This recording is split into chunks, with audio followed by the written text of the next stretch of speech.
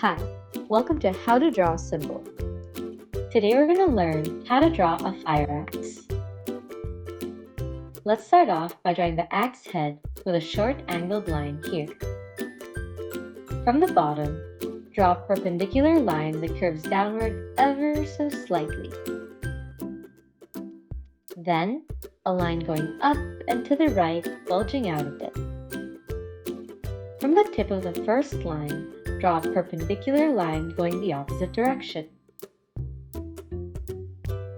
And connect it back to the other end with another line that curves up ever so slightly. To finish off the axe head, draw a thin curved line here for the sharp part.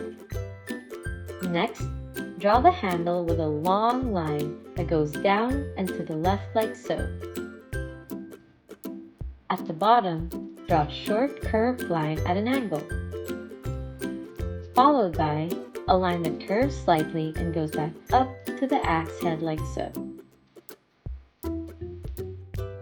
And on top, draw a very flat bump for the top of the handle that sticks out from the axe head. To add some texture to the handle, draw some very short lines along the handle like so. And now you've got a fire axe.